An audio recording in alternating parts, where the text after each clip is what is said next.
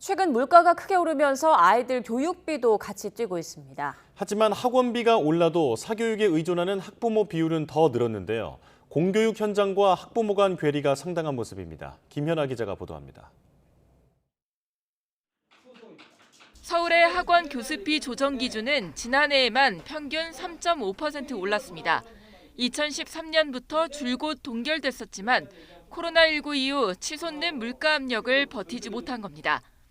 특히 코로나19 이후 학생 1인당 사교육비 부담이 급격하게 증가했는데 지난해부터 전국에서 교습비 인상이 본격화하면서 가계 부담은 더 커졌을 것으로 보입니다.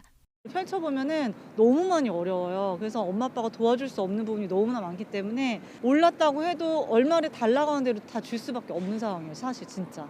저도 이제 풀타임은 아니지만 파트로 학교에서 일하고 있거든요.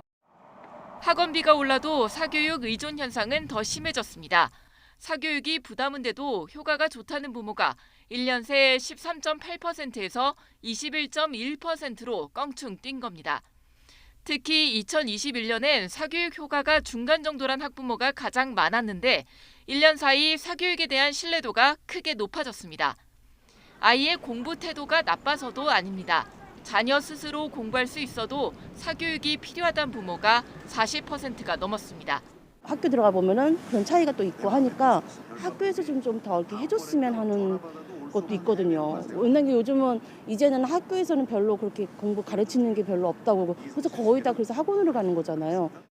그래도 시험을 보려면 국영수가 기본이고 학교에서 학습은 거의 기본적으로 그냥 한번 설명하고 넘어가 주시는 그런 정도인 것 같아요.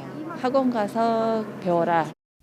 사교육 의존 현상은 코로나19로 학교 수업이 파행을 겪으면서 더 강화됐습니다.